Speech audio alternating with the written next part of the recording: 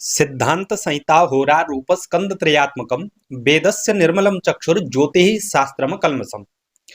प्रिय दर्शकों नमस्कार, बहुत बहुत स्वागत है आपका। मैं आचार्य पंकज शास्त्री और आप देख रहे हैं ज्योतिष का विशेष कार्यक्रम। ज्योतिष के विशेष कार्यक्रम में आज हम चर्चा करने जा रहे हैं मुंडन संस्कार के शुभ मुहूर्तों को लेकर के।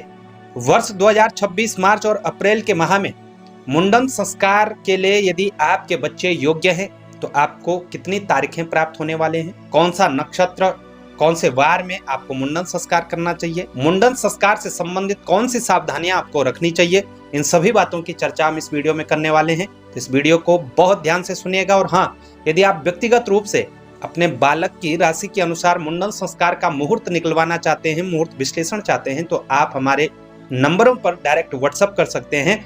स्क्रीन पर भी नंबर है और वीडियो के डिस्क्रिप्शन बॉक्स में भी आपको नंबर मिल जाएंगे। तो वैसे तो वर्ष 2026 का पूरा वीडियो हमने अपलोड कर किया हुआ है, सारी जानकारियां हमें दी गई हैं, लेकिन उसमें समय नहीं बताया गया क्योंकि वो वीडियो बहुत लंबा हो जाता है। इस वीडियो में मार्च और अप्रैल में जो भी तारीखें होंगी उसका समय भी होगा, तिथिवार नक्षत्र भी होगा, पूरी जानकारी के साथ ये मुहूर्त आपको बताए जाएंगे। सबसे पहला यही प्रश्न आता है कि बालक बालिका का मुंडन संस्कार कौन से साल के भीतर करना चाहिए।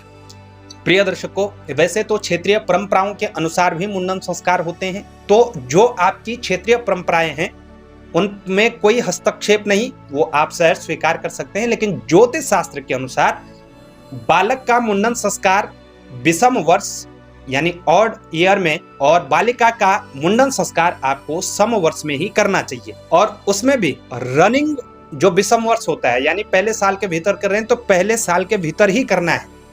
वहां आप महीनों का चुनाव कर लीजिए, लेकिन पहले साल के भीतर ही करना है। एक वर्ष कंप्लीट होने के बाद दूसरे वर्ष में आपको मुंडन संस्कार नहीं करना है। ठीक उसी प्रकार तीसरा वर्ष जब चल रहा हो तीसरा, तभी करना चाहिए। तीसरा कंप्लीट होने के बाद जब चौथा वर्ष रनिंग हो तब नहीं करना है। तो 1, 3, 5, 7 इत्यादि ये होते हैं विषम वर्ष। और बालिका के लिए ज्योतिष शास्त्र के अनुसार सम वर्षों का चुनाव करना चाहिए। सम वर्ष होते हैं 2, 4, 6, 8 इत्यादि, जिसे हम इवन ईयर कहते हैं। तो इन वर्षों के भीतर ही मुंडन संस्कार करना चाहिए। कई क्षेत्रों से हमें आज भी फोन आते हैं, मैसेज आते हैं कि हमारे क्षेत्र में लड़कियों का मुंडन संस्कार यानी बालिकाओं का मुंडन भी विषम वर्षों में ही किया जाता है। तो यदि आपकी यही परंपरा चली आ रही है तो आप कर सकते हैं, लेकिन शास्त्र के अनुसार बालिका का सम वर्ष में, बालक का विषम वर्ष में मुंडन संस्कार करना चाहिए। एक और महत्वपूर्ण बात आपको बताते चले, मुंडन संस्कार सदैव उत्तरायण काल में ही होता है। उत्तरायण के पश्चात दक्षिणायन काल जब प्रारंभ होता है, दक्षिणायन में मुंडन संस्कार नहीं होता है। तो इस बात का विशेष ध्यान रखना है। दक्षिणायन काल में केवल कुछ विशेष परिस्थितियों में यानी शारदीय नवरात्रि और कोई स्वयं सिद्ध मुहूर्त हो तो उसी के भीतर आपको मुंडन संस्कार करवाना चाहिए।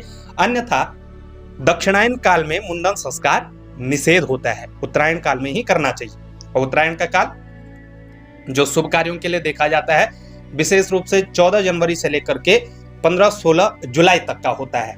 और उसमें भी चैत्र मास में मुंडन संस्कार नहीं होता है। कई लोग बार बार ये भी फोन करते हैं, ये भी क्वारीज होते हैं आपकी कि चैत्र नवरात्रों में मुंडन संस्कार किया जा सकता है। तो नहीं, चैत्र नवरात्रों में मुंडन संस्कार नहीं होता है।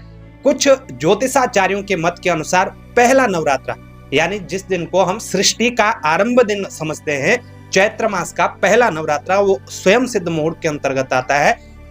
उसमें यदि हो जाए तो ठीक है, क्योंकि चैत्र मास खर मास के अंतर्गत आता है, तो चैत्र मास में मुंडन संस्कार नहीं होता है।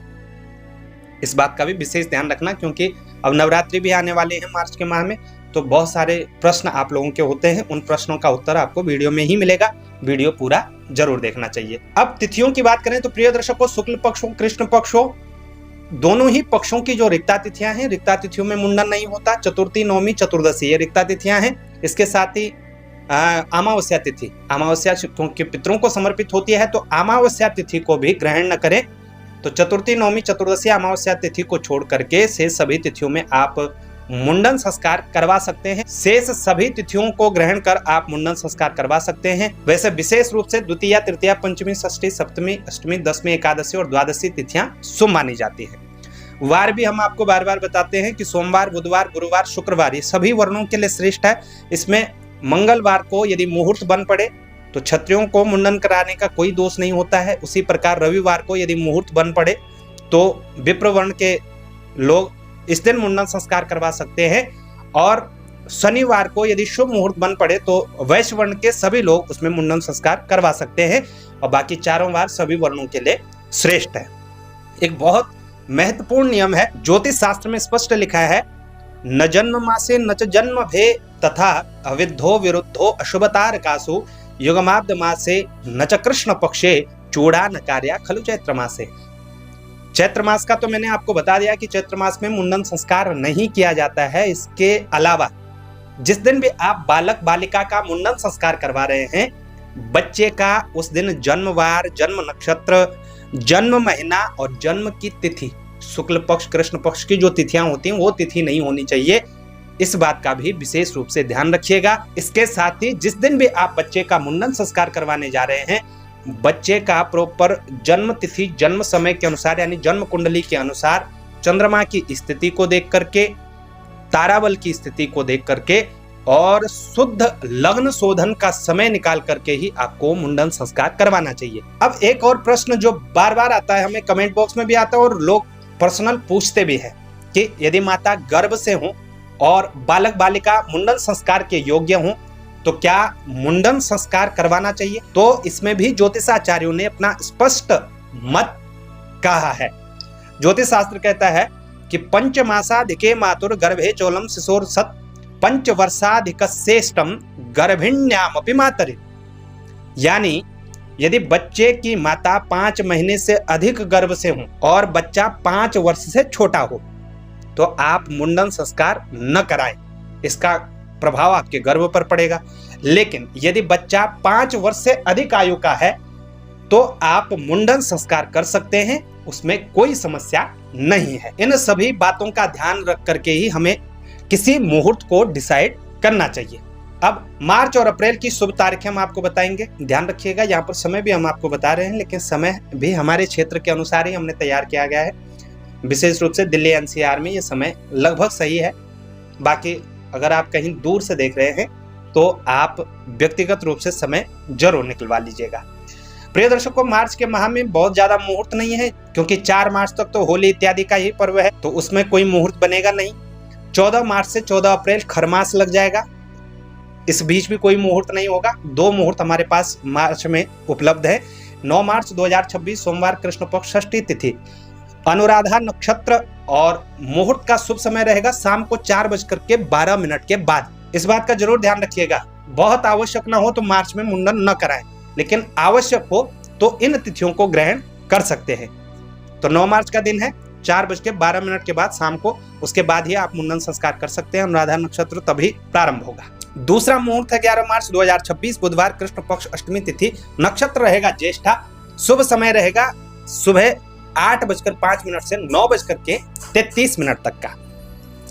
मार्च में यही 2 मुहूर्त होंगे, 14 मार्च से खरमास, 14 अप्रैल तक का लगभग समय। अप्रैल के माह में कितनी तारीखें हैं आइए जान लेते हैं। प्रिय दर्शकों, अप्रैल में 4 तारीखें हैं। इस वर्ष तारीखें वैसे भी बहुत कम है। मई में भी कुछ तारीखें आपको प्राप्त होंगी, लेकिन फिर ज्येष्ठ के माह में कोई भी तारीख नहीं होगी। ये बात हम हर बार बोल रहे हैं, इसलिए जो समय बन पड़े, जो तिथि में बन पड़े, उसी तिथि में मुंडन संस्कार करवाना उचित रहेगा।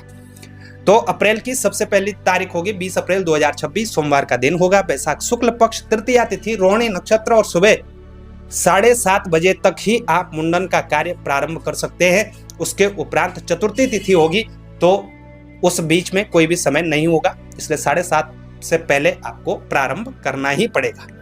दूसरी तारीख है 23 अप्रैल 2026 गुरुवार का दिन है, शुक्ल पक्ष सप्तमी तिथि, पुनर्वसु नक्षत्र, शुभ समय रहेगा अभिजीत का शुभ मुहूर्त। अभिजीत मुहूर्त में आप निसंकोच मुंडन संस्कार करवा सकते हैं। तीसरा जो शुभ मुहूर्त है वो है 24 अप्रैल 2026 का शुक्रवार का दिन है, अष्टमी तिथि है, पुष्य इसमें नक्षत्र होगा और शुभ समय रहेगा सुबह 8:06 के बाद का। राहु काल इत्यादि का विचार भी जरूर कर लीजिएगा। राहु काल इत्यादि में भी मुंडन संस्कार प्रारंभ नहीं करना चाहिए। देखो, जब भी मुहूर्त का समय आपको बताया जाता है वो कार्य शुरू करने का समय होता है, बाकी कार्य चलता रहे उससे कोई दिक्कत नहीं, पर शुरू शुभ मुहूर्त पर ही करना चाहिए। अंतिम जो मुहूर्त है 29 अप्रैल 2026 बुधवार का दिन है, त्रयोदशी तिथि है, हस्त नक्षत्र है, शुभ समय रहेगा सुबह 7:33 के बाद का। यही 4 तिथियां अप्रैल में होंगी। अन्य क्षेत्रीय पंचांगों में कुछ तारीखें हो सकता और हों, सर्वार्थ सिद्ध योग की तारीखें जोड़ रखी हों, लेकिन वैसे विशेष रूप से चूड़ा कर्म के लिए, मुंडन संस्कार के लिए, चौल कर्म के लिए जो तारीखें हैं लगभग यही तारीखें तय है। तो कैसे आपको जानकारी लगी हमें अवश्य बताएं। जानकारी अच्छी लगे शेयर जरूर करिएगा। चैनल पर नए हैं चैनल को सब्सक्राइब करना न भूलिएगा। और ज्योतिष से रिलेटेड सभी जानकारियों के लिए आप हमसे संपर्क कर सकते हैं नंबरों पर, या हमारी वेबसाइट पर विजिट कर सकते हैं www.astroprakalp.com। आज के लिए इतना ही, हमें दे इजाजत, तब तक के लिए नमस्कार।